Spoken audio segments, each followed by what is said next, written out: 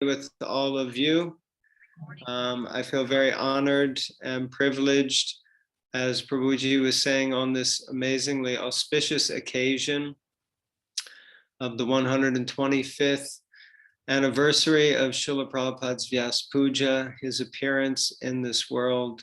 It is nothing but certainly an honor to be invited to speak and glorify Srila Prabhupada, and to be able to do that with the devotees in Bahrain, in Balramdesh. I'm sure that Srila Prabhupada would be most ecstatic to come and visit the devotees there. Of course, we know so much about what Srila Prabhupada said, specifically preaching in the Muslim countries, let's say. So for all of you to be there and be establishing a temple with such beautiful deities and deity worship, such a thriving environment and community. Yes, I just feel completely honored and blessed to be invited to be with all of you on this special occasion. So I thank you very much, and thank you, Rasamrita Prabhu, for encouraging me, even though I'm very disqualified to be able to speak anything, but because I have been asked, I will try to do something. If it's okay, I would like to first chant the Mangalacharanam prayers and then begin. And just to double check, then I'm meant to finish at in about 45 minutes, something like that, roughly. Yes. Bharat Gopal Prabhuji. Yes, Prabhuji. Yes. Around. Yes, that's right. Om Gyanatimirandasya Gyananjana Shalakaya Chakshurum Militangena Tasmai Shri Guruve Namaha Shri Chaitanya Manobishtam Stapitam Gena Bhutale Swayam Rupa Kadamayam Dadati Swapadantikam Vandeham Shri Gurun Shri Yuta Parakamalam Shri Gurun Vaisnavamscha Shri Rupam Sagrajatam Sahagana Raghunathan Vitam Tam Sajivam Sadvaitam Savadutam Harijana Sahitam Krishna Chaitanya Devam Shri Radha Krishna Padan Sahagana Lalita Shri Vishakanvitamscha He Krishna Karuna Sindhu Dina Bandhu Jagatpate Gopisha Gopika Kanta Radha Kanta Namostute Tapta Kanchana Gaurange Radhe Vrindavanishwari Vishabhanu Sute Devi Pranamami Hari Priye Vancha Kalpatarubhyascha Kripa Sindhubhye Vacha Patitanam Pavanebhyo Vaishnavebhyo Namo Namaha Shri Krishna Chaitanya Prabhu Nityananda Shri Advaita Gadadhara Shiva Zadi Gaura Bhakta Vrinda Hare Krishna Krishna Krishna Hare Hare Hare Rama Rama Rama Hare Hare. Srila Prabhupada ki. Srila Prabhupada's 125th Advent anniversary ki. Founder Acharya of the International Society for Krishna Consciousness, Srila Prabhupada ki. Jai Nitai Gauda Premanandi. Hari Hari Bol. So Hare Krishna, everyone. Welcome and thank you so much for joining for this wonderful and auspicious online Zoom event, glorifying and celebrating our most illustrious founder, Acharya, His Divine Grace, A.C. Bhaktivedanta Swami Prabhupada. So there are unlimited things to speak and say about Srila Prabhupada, our amazing founder, Acharya. And I've just come from a whole morning here in the UK of glorifications and celebrations around Srila Prabhupada, and hearing the devotees read their offerings of glorification and their heartfelt prayers to Srila Prabhupada. I'm not sure about there in Bahrain, but in central London, anyway, at the Radha London, Shri Radha Londoneshwar Temple, we do not have so many, well, actually, we didn't have any Prabhupada disciples there. Many of them are at Bhaktivedanta Manor. So most of the offerings are given by devotees who are not Srila Prabhupada's disciples, and most all of them, if not all of them, who never actually had the opportunity to physically meet Srila Prabhupada, to be in his Vapu association. And actually, we've often discussed how super valuable and how important this point in our Guru Parampara is, because many of us who are coming to ISKCON, coming to Krishna consciousness, are following just behind Srila Prabhupada's disciples, those who had direct contact with Srila Prabhupada and who were trained up by Srila Prabhupada. But for most of us, we never had that personal association. And I was, interestingly enough, just earlier in the week on, I think it was Thursday, one of our community members has a friend who does different types of therapies, and she's originally from Iran. And although she comes from Muslim family, but she's not so much a strict practitioner, but she considers herself very religious and a strong believer. So somehow the connection between them two and some challenges that she was facing in her life, her friend decided to bring her to the temple and to meet with me. And one of the first things that we did was visit the temple room. And we went into the temple room, we introduced her and showed her the Murti of Srila Prabhupada, which I understand is being decorated and prepared at the moment for a darshan soon there in Bahrain. And we showed her the Murti, and her first question to me was, oh, is he still alive? And I said, no, he passed away in 1977.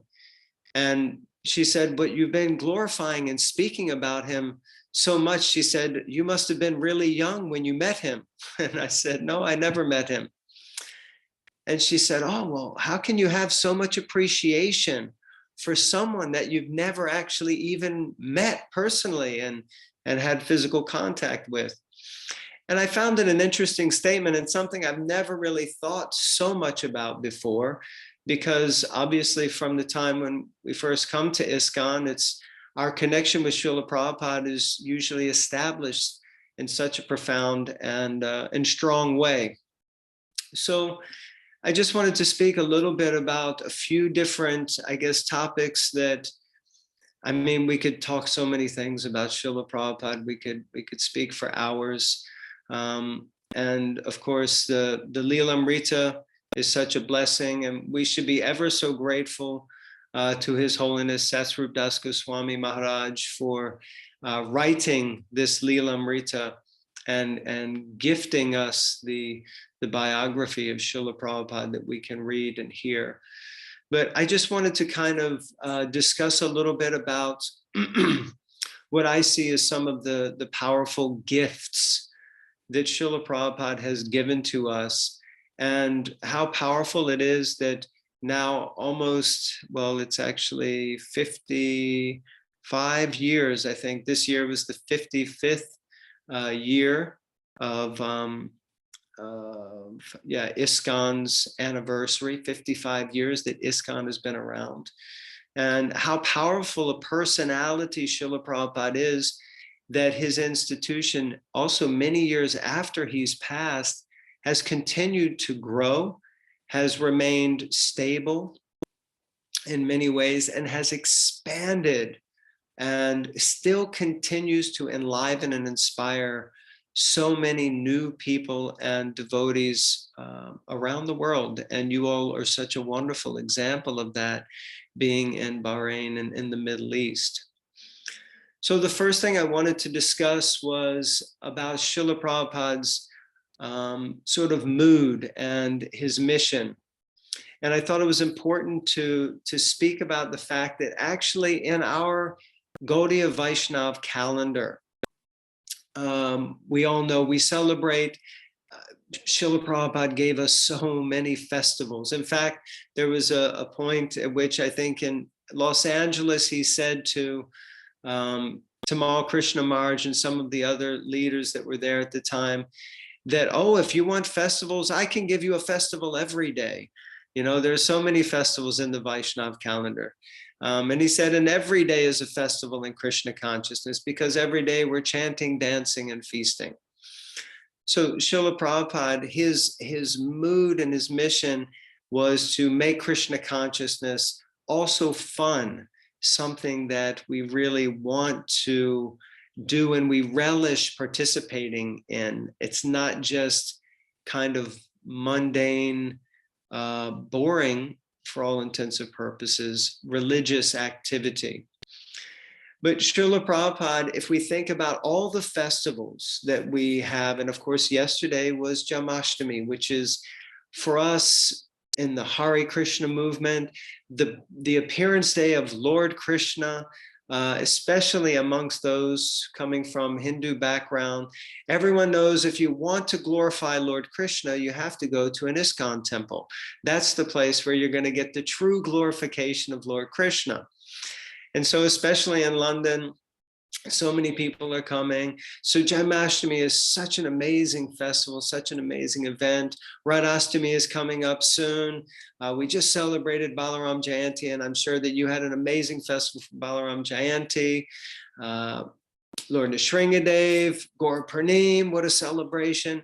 But actually, out of all of these festival days throughout the entire year that we celebrate year on, and we keep going every year celebrating, the most important festival in our Vaishnav calendar for all of us should be Srila Prabhupada's Vyas Puja Day. This festival should become the most prominent festival. Why is that? Because without Srila Prabhupada, we would not have any of the other festivals. We may have some access. Of course, I'm coming from a Western background and really didn't have access to any of these festivals before Srila Prabhupada. And of course, many of you are probably coming from India or from Eastern background or coming from a Hindu type of background, maybe. And so therefore there was some exposure. But I think that we can all agree that actually only when we came to the lotus feet of Srila Prabhupada did we really truly begin to understand about any of these festivals and what they really mean. I was just sitting today when we had breakfast feast, there was one kind of new member, he had shown up, and we started talking, and he met one of our devotees at a different temple who was just visiting, and that person had given him a Bhagavad Gita from Srila Prabhupada. And he said that he remembered telling this devotee that I already know so many things about Krishna and the Bhagavad Gita. I've been exposed to this since I was young. And he said, but I bet you haven't read anything like this. Just start to read. And so he started reading Srila Prabhupada's Bhagavad Gita. And then he immediately got in touch with that devotee. And he said, I've only been reading for 3 days.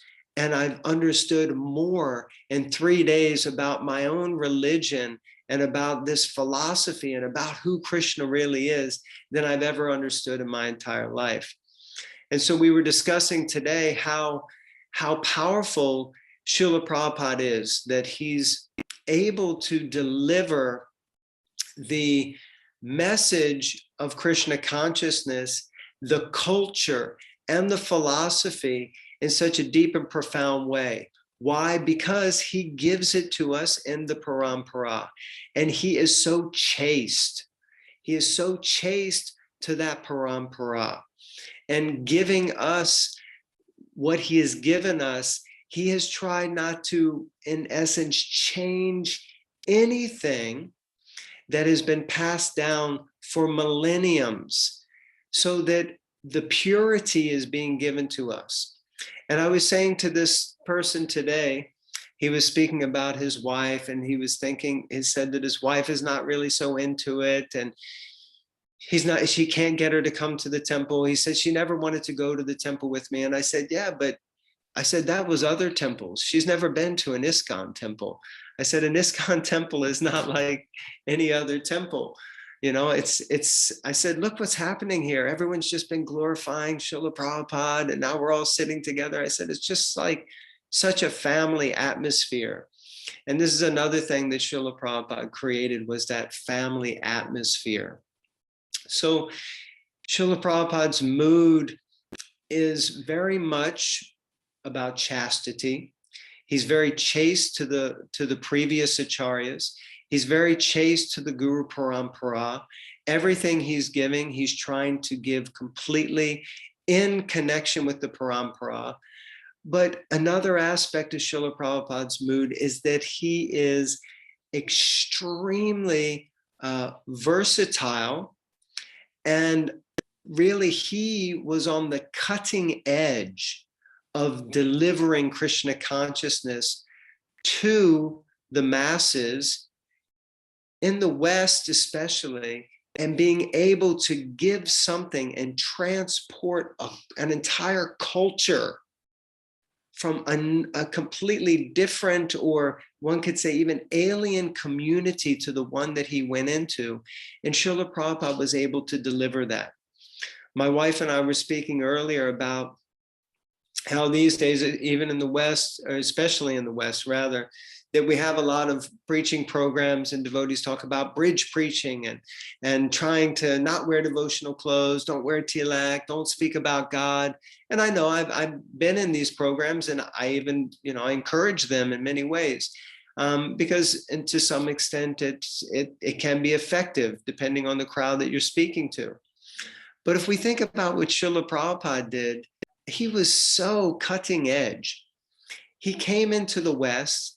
I mean, if we look from just a material physical perspective, Srila Prabhupada was an old Indian gentleman who was dressed in, saffron robes. So you could think that there was some inclination to see and understand this person, to some intrigue. But when Prabhupada would speak, so many of his disciples often tell how they could hardly understand anything that he said. His Bengali accent was so strong that devotees could hardly understand him. But he was so sincere, so serious, and so charming, and so humble. This is something else that we were reminded today of, one pastime of Srila Prabhupada, how when he first started ISKCON, and there used to be lots of devotees living in the temple, and there would be a queue to use the shower in the morning. Queue meaning like a line of people waiting to use the shower. And Prabhupada would just stand in the shower, and there's one picture this devotee was saying that he saw.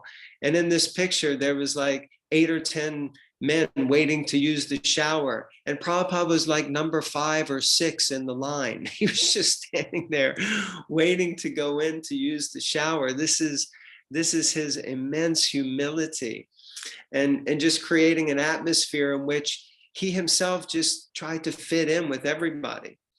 But Srila Prabhupada was so unique in that he could just go into this environment and speak so directly, always speaking about God, speaking about Krishna, the Supreme Personality of Godhead, who Krishna is, fearless, completely fearless in his delivery of the Siddhanta, while at the same time delivering it in English, which wasn't his native language, and to an audience that was at least half his age. And actually it was like a quarter of his age. Most of the people he was speaking to were probably just coming up to 20 or around the age of 20. And Srila Prabhupada was 70 years old. So like a quarter of his age. It's almost impossible for someone. And in a generation, as we hear so often, this generation was like, they didn't want to hear anything from older people. Yet they became so surrendered to Srila Prabhupada because of his chastity, because of his sincerity, because of his humility, and because he was able to communicate with them in a way that inspired them and uplifted them. So this is our founder, Acharya. And of course, we could get into the whole story of how he left Vrindavan, the land of Krishna, a place where he was so comfortably situated, in a sense, for a renunciant, but comfortably situated in the sense that he was in the supreme destination on this planet. Where else would you want to be but in Vrindavan Dham? But Srila Prabhupada left all of that to follow the order of his spiritual master, which is also another very, very powerful and important aspect of the mood of Srila Prabhupada, that he was so dedicated to following the order of his spiritual master. One devotee shared today a Vyas Puja offering. I think it was from 1961. And if you get a chance to look up that Vyas Puja offering that Srila Prabhupada wrote to Srila Bhaktisiddhanta Saraswati Thakur, I don't have it at hand at the moment, but if you can look that up, you see that Srila Prabhupada is appealing to all of his god brothers who are all now in different factions and running their own separate mats. He appealed to all of them, please let us cooperate together. Let us work together to initiate a worldwide movement that will please and satisfy our Guru Maharaj. Let us cooperate and work together. And Srila Prabhupada was clearly thinking worldwide movement. In fact, he mentions how Srila Bhaktisiddhanta Saraswati Thakur wanted a youth hostel in the middle of London. And he said, we can host and invite the people, even though they're coming from what he calls, I think in this Vyas Puja offering, barbarian culture. He basically, this is before he even came to the West. So Srila Prabhupada is calling people of the West basically barbarians, meat eaters, intoxicated women hunting barbarians, so he uses but he's so determined to go to the West. And in this way, Srila Prabhupada is so inspired to follow the instructions that he received from his spiritual master in Altadunga Junction in Calcutta when he was just, I think, 21 years old. And he got the instruction to preach this Krishna consciousness philosophy, the mission of Sri Chaitanya Mahaprabhu in the English language in the West. So he took that order up, and Prabhupada was committed to that for so many years, but not being sure how it was going to manifest, but never, ever giving up. So this is Srila Prabhupada's mood also, completely sold out and dedicated to the order of his spiritual master. And as he would often say, this was genuinely his saving grace. He would always give credit to his spiritual master. He would often say to the devotees that you have all been sent here by my spiritual master. You are all like representatives of my spiritual master to the devotees. And he would always say that this is simply the mercy of my spiritual master. This is our founder, Acharya. This is Srila Prabhupada. This is his mood, and this is his mission. He's given us such a depth of understanding of what most people would call Hindu culture, which is far beyond any conceptions that probably most of us had any idea of. The depth of the genuine philosophy and culture coming in a clear line of disciplic succession from Srila Prabhupada. And we can be so, through to Srila Prabhupada. So we can be so grateful to Srila Prabhupada for giving this to us. So that's why I say that this day, this Vyas Puja day every year should really genuinely be the most important festival for all of us to attend.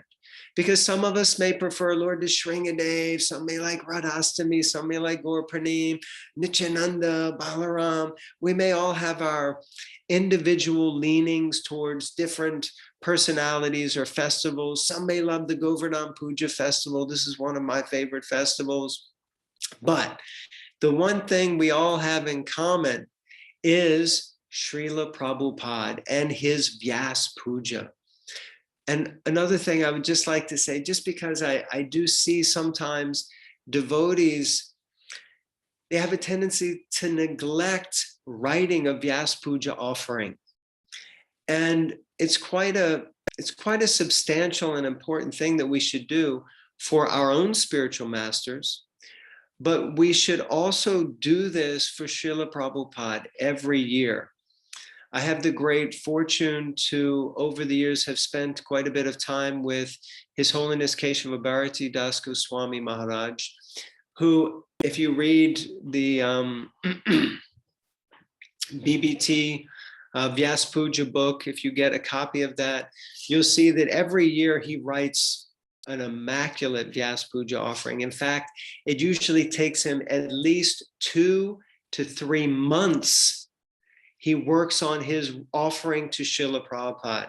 And he explains that this is his way of really genuinely connecting with Srila Prabhupada, speaking to Srila Prabhupada, letting Srila Prabhupada know what he's experiencing, what he's seeing, what he's thinking. He says in the course of that 2 to 3 months and writing this, he really feels the presence of Srila Prabhupada in his life. So I would like to encourage everyone on this call that if you don't do that, if you don't write, and I don't mean just think about, I mean pen to paper, hands to keyboard, fingers to keyboard, genuinely write an offering to Srila Prabhupada each year on his Vyas Puja Day and feel how powerfully you connect with Srila Prabhupada. It'll force you to think about what you're trying to do for Srila Prabhupada, how you're involved in the mission of ISKCON and the mission of Sri Chaitanya Mahaprabhu. All of these things will come to the forefront of focus, and it will also help us to become more connected and more focused on doing something if we find that we think, wow, I'm not really doing enough or so much. And it's okay, we can tell Srila Prabhupada, Prabhupada, I feel like I really haven't been as active this year as I would like. And next year, I really want to be more active. Please, Srila Prabhupada, on this auspicious day, please help us to come closer to you. Help us to be more dedicated to the mission. Help me to repay you. Because we're actually indebted to Srila Prabhupada. Indebted, I know personally for myself, I'm indebted in ways that I can never, ever repay in this lifetime. And I just want to give myself genuinely and fully to try to pay back Srila Prabhupada for all that he has given to me. I can't imagine where my life would be had I not received one of Srila Prabhupada's books at a rock concert in America when I was about 16 years old. And even though I didn't take to Krishna consciousness at that time, but I read the book from cover to cover, and I actually used the book as part of my end of year dissertation and to graduate from high school in America. So I was really inspired by Srila Prabhupada's books and the philosophy. And that brings me now to the gifts that Srila Prabhupada has given. And there are so many gifts. I just wanted to speak about a few, 3 in particular.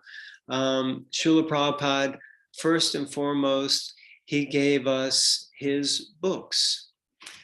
He gave us the books and the teachings of Lord Krishna, coming from Lord Brahma, who received them from Krishna directly. And he gave us the knowledge, the wisdom, the philosophy in the form of these transcendental literatures. So this was the first gift that Srila Prabhupada gave. And by his immense mercy, he has Omagyanatimirandasya Gananjana Shalakaya Chakshulomili Tangena Tasmai Shri Gurave Namaha. He has opened our eyes that were closed so much. We didn't even know they were closed. That's how in darkness we were. We didn't even realize that our eyes were so sealed shut. And Srila Prabhupada forced them open with the torchlight of knowledge. And he gave this divya gyan, this divine knowledge. And by giving us this knowledge, he opened our eyes. Srila Prabhupada spent so many hours translating these books. And devotees often, they're not even reading Srila Prabhupada's books. Sometimes I meet devotees and they seem to read every other book by everybody else, but they still haven't finished reading the Bhagavatam. They haven't even started to read the Chaitanya Charitamrita. Of course, I would say in the last couple of years, this is starting to change quite significantly by the mercy of devotees like Keshava Bharati Maharaj and Vaisheshika Prabhu and different devotees who are really strongly and powerfully encouraging devotees that they should be reading Srila Prabhupada's books and setting the example by reading them out loud with and in the association of other devotees. And when we read Srila Prabhupada's books, my wife and I, we do a reading regularly on Facebook, on the temple Facebook page. We read together Srimad Bhagavatam. We started at the beginning of lockdown last year in March or April time. It's called Bhagavatam Bites. And we just read together for like 15 minutes on Facebook. And we go to different places and we read. And sometimes we'll go to the park. Sometimes we'll, when we go to visit the farm, we'll sit near the cows and read with the cows. Wherever we go, we just read. Sometimes we read when we're in the car. Sometimes we read in different places. So it's just about reading the Bhagavatam and recognizing you can read together, and we sit and we discuss.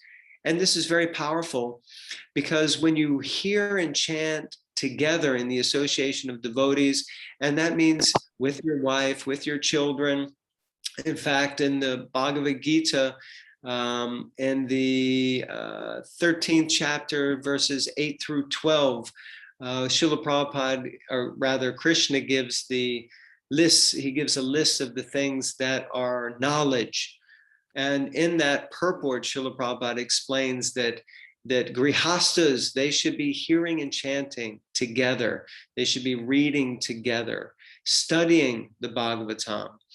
So we should be hearing and chanting from Srila Prabhupada's books. And Prabhupada poured gallons and gallons of his energy and lifeblood into these books so that we can read them. Now, of course, distributing them, also, if it wasn't for a book distributor, I would never have come in contact initially with books. Now, I'm sure in Bahrain, it may be difficult. There may be different ways to try to distribute books. Of course, in the Soviet Union, when they first started, it was also quite an intense, challenging situation. But still, they hand copied the books, hand copied them, just like in the original days in India. And they were distributing this way. And now we see that there are thousands and thousands and thousands of devotees there in Russia. So Srila Prabhupada's books, this is such a powerful gift that he's given to us. So We should be very, very grateful for all the time and energy that Srila Prabhupada would spend getting up in the early hours of the morning to translate almost every single day, somewhere between the hours of 12 and 3 or 12 and 4 in the morning. Srila Prabhupada would just be translating and providing the original manuscripts for his books to be printed. So like that, Srila Prabhupada is very, very expert at delivering the books of Srila Prabhupada, the teachings of Krishna in the form of his philosophy. So that's the first one. Second one is the holy name. Of course, Srila Prabhupada gave us the holy name. Now, I'm not sure how many of you, before coming in touch with Srila Prabhupada and Srila Prabhupada's teachings, were actually chanting the Hare Krishna Mahamantra. I know when I meet many devotees who've come from different parts of Asia or India, many of them had heard of the Hare Krishna Mahamantra, but they weren't really chanting it. Often, if they were chanting any mantra, it was something that came from maybe their grandmother or someone, and they just heard it and they thought this is what you're supposed to chant, or maybe Gayatri mantra, maybe something like that. But Srila Prabhupada, he gave and had such genuine faith in the holy name. And again, his cutting edge, he just took the holy name, went into Tompkins Square Park. And I don't know if anyone has ever been to Tompkins Square Park. I've been there numerous times. And he sat under this tree, which now, by the way, has a little plaque on it, and it's called the Hare Krishna tree. And Srila Prabhupada sat down under this tree with his little bongo drum, and he just started chanting Hare Krishna.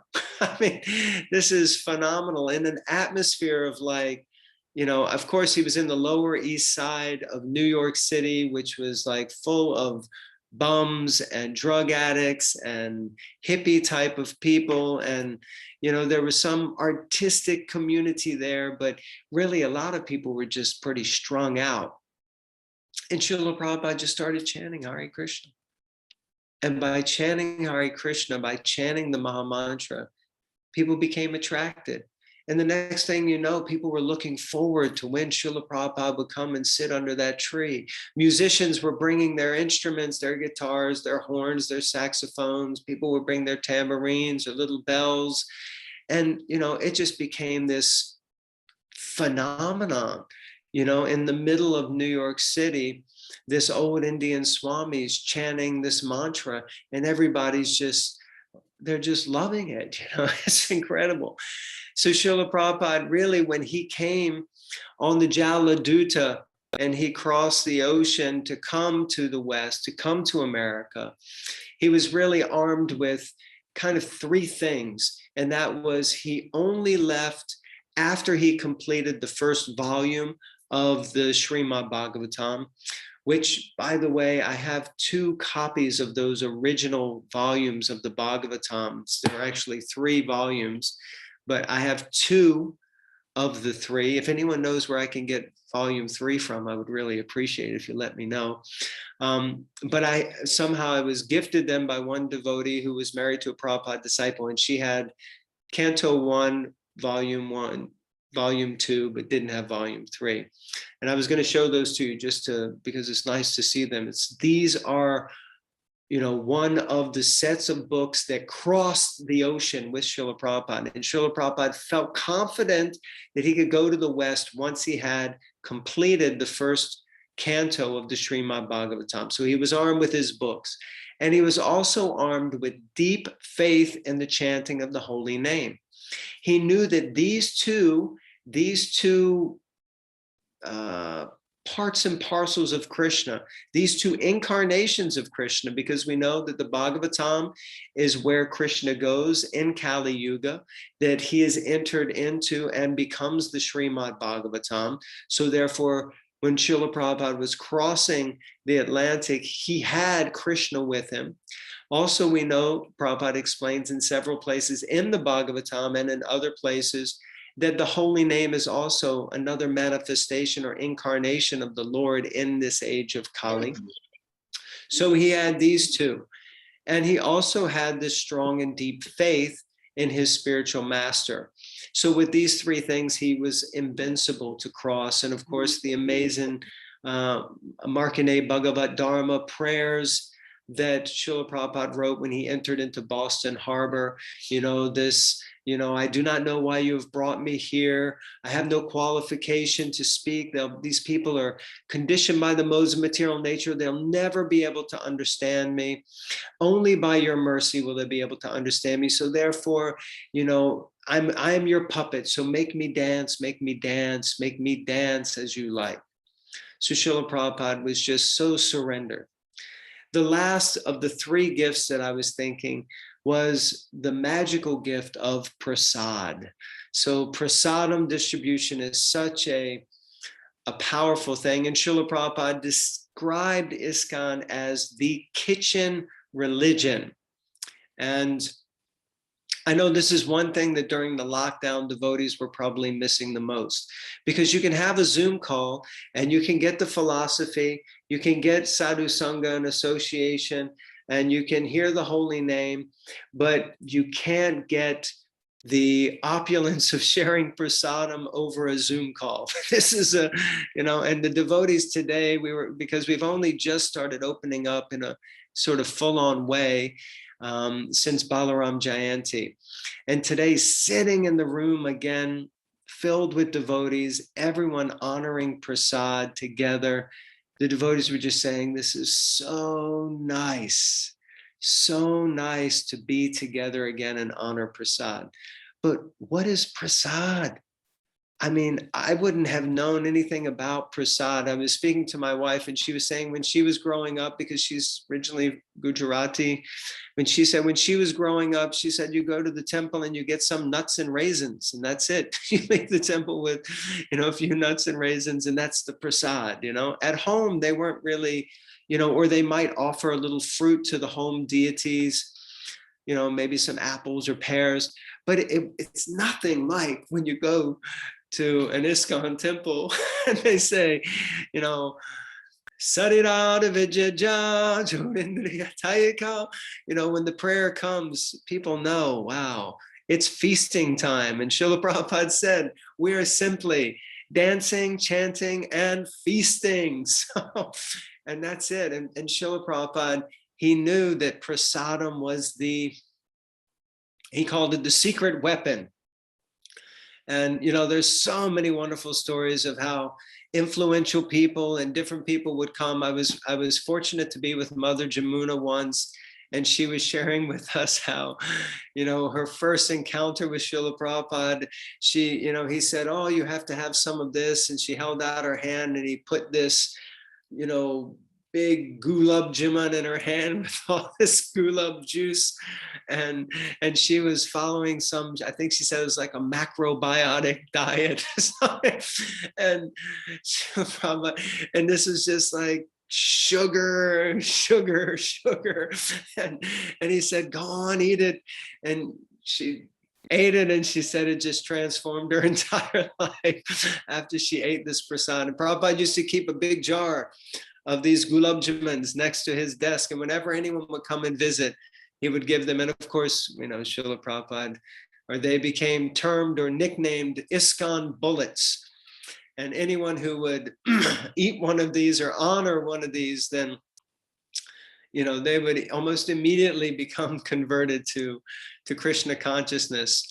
Because the way to a man's heart is really through his stomach. So, Srila Prabhupada was very expert at this. But of course, prasad is also worship. And Srila Prabhupada taught by his example.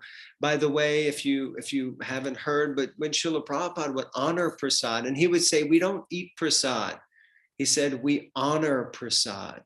And because it's sanctified food that's been touched by the lips of Krishna, and Krishna's saliva is all over this food. And so when Srila Prabhupada would eat, his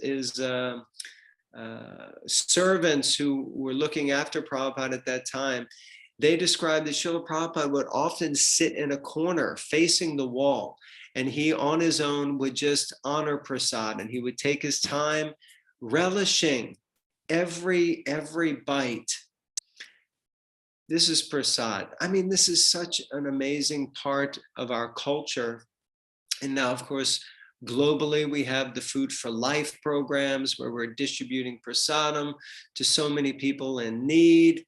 And everyone's in need, whether they're rich or poor, everyone is in need. And of course, we know that just by taking a morsel of prasadam, according to Srila Prabhupada, then that person is guaranteed at least a human birth in their next life. And this is such an amazing benediction to be guaranteed at least a human birth. So like that. So, and we know that these three gifts of the books, the holy name, and prasadam, they directly line up with what I think is Jiva Goswami explained, the three aspects of our philosophy, which is Nam Ruchi, Jiva Doya, Nam Ruchi, Jiva Doya, and God, I just forgot it. Nam Ruchi, Jiva Doya, and Vaishnav Seva. So these three aspects are there because they're all part of the 6 loving exchanges, Dadati, Pratigrinati, Guyamakyati, Prichitiyas, given to us by Srila Rupa Goswami in the Upadeshamrita Nectar of Instruction. So we have to learn to assist and help to bring others to Krishna consciousness, which Srila Prabhupada was expert at by giving the books, by distributing prasadam, by chanting the holy names. We attract the jivas. Nam Ruchi, all of these activities are meant to help us to develop a taste for the holy name, because in this age, the chanting of the holy name is really our lifeline to purification and to returning back to the spiritual world and remaining fixed in service to Guru and Krishna. And then, of course, the Vaishnav Seva. So Vaishnav Seva, how do we serve the Vaishnavas? How do we look after and care for devotees? We honor prasad with them. We make prasad, we exchange prasad, we take prasad like that. We hear and chant and read together Srila Prabhupada's books. We share the books with others, as Srila Prabhupada explains in this verse, the Dati Pratigrinati text, I think is 4 of the Upadeshamrita. And also the holy name, we hear and chant the holy name.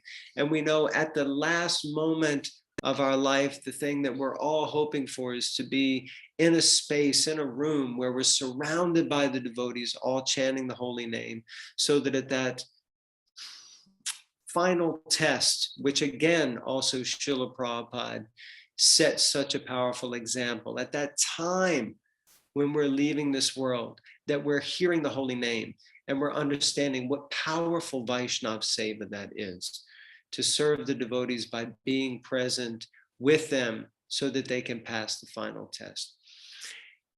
Anyway, there's so many things I can say, and I feel like I've talked a lot without breathing very much, and it's really hard to get a sense of it. I've started to get used to speaking properly and with devotees in the room again, so it's hard to go back to doing things on Zoom.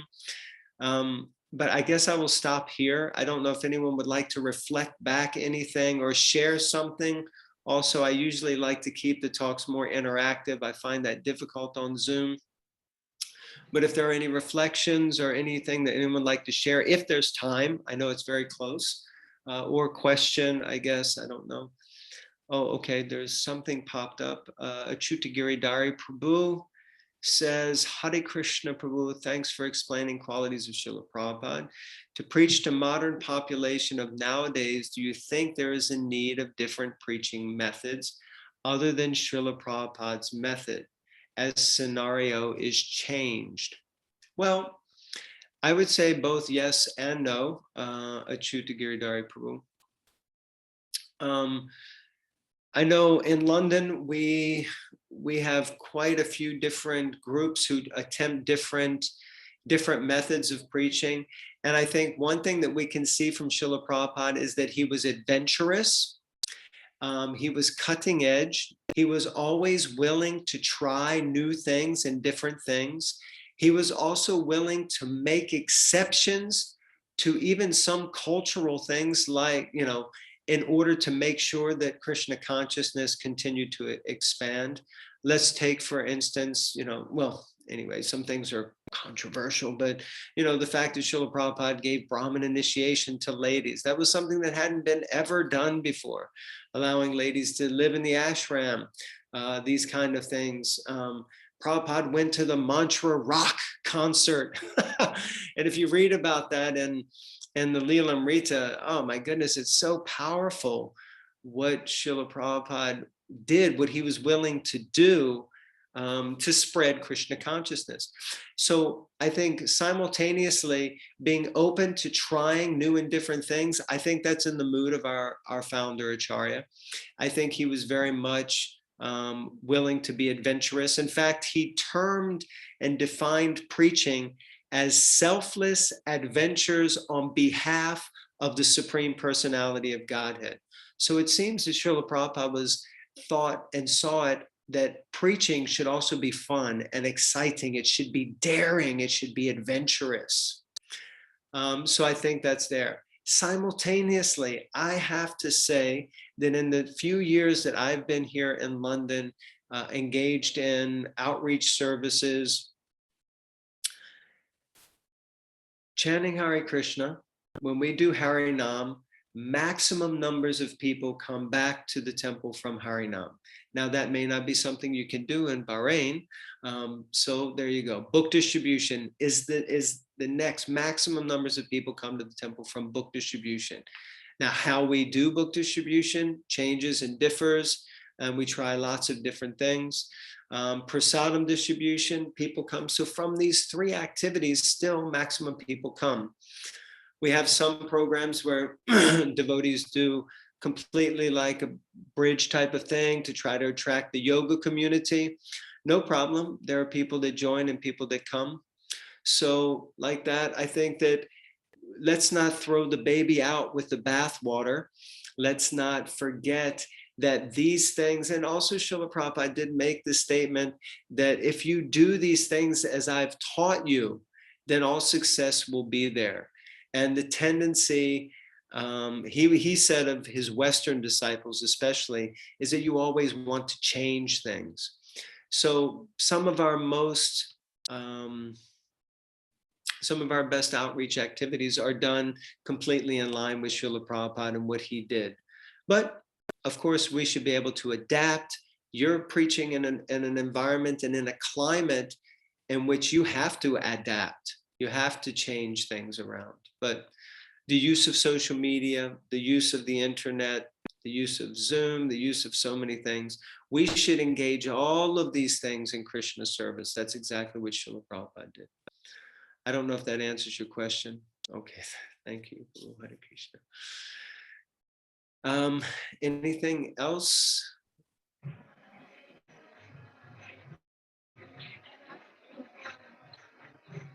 Thank you so much, Prabhuji.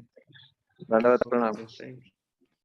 Hare Krishna. We will have the darshan of Srila Prabhupada now. Oh, wonderful.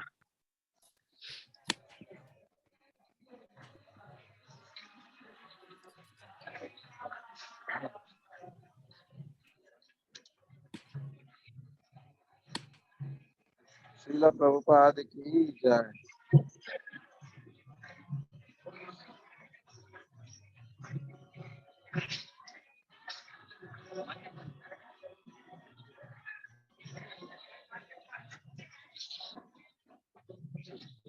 IB Media, can you spotlight here so that Prabhupada can be seen? Yeah, we can see, Prabhuji, we can see. Okay.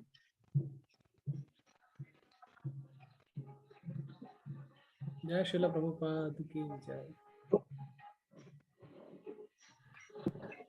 Namo Vishnu Padaya Krishna Prastaya Bhutale Shrimati Bhaktivedanta Swami Niti Namane Namaste Saraswati Devi Nirvani Vachari Shunyavadi Paschacha Deshitarani. Jai Srila Prabhupada ki jai. 125th anniversary ki jai.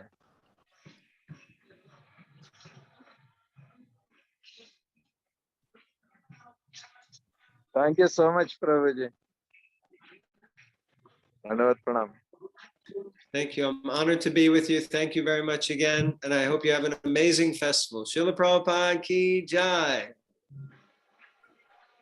It was a wonderful class, Prabhuji. You gave the mood and mission of Srila Prabhupada, which is the need of the hour for all of us actually to practice, We do many things, but we should be following Prabhupada actually. We should be Prabhupada Anugas, as you mentioned, which is most important.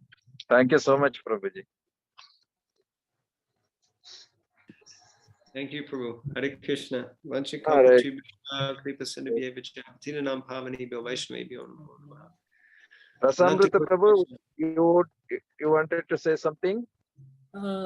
Just one thing, Prabhuji, that I know we gave a little trouble to Prabhu today because of not knowing the correct time difference. Actually, we told Prabhu a time which was a different time. So I would like to seek forgiveness of Prabhu for that. Sorry, Prabhu, you have to rush drive and come to the South London to set up and give the class. But it was really very wonderful, Prabhu, to hear from you. And we would like to sincerely express our heartfelt gratitude to you. You spoke such wonderful, about gift of Srila Prabhupada, that the powerful gift given by Srila Prabhupada, and about the festival. The most important festival should be Srila Prabhupada's Vyas Puja celebration. That's very wonderful takeaway point for us, Prabhuji. And my heart was really touched when you narrated that story of lady from Iran, that which says that how can somebody whom you have not met, you can have such an appreciation. And sometimes we feel that we should have seen Prabhupada at least once, but even we are very grateful that we are getting this opportunity to serve Prabhupada. And mainly the books, the holy name, and the sacred weapon of ISKCON, prasadam. Not small nuts and raisins, but the full sumptuous plate of prasadam which Prabhupada has given. And one more takeaway point for all the devotees is writing Vyas Puja offering to Srila Prabhupada, which is very important for all of us. So thank you very much for your kindness, and we express our gratitude on behalf of all the devotees. Hare Krishna. Thank you, Prabhu, for giving me this opportunity. I hope you have an amazing festival. Hare Krishna. All glories to Srila Prabhupada. Hare Srila Prabhupada ki jai. Thank you so much, Prabhuji. Dandavat pranam. Hare Krishna. Thank you. I'll leave now. Thank you. Hare Krishna.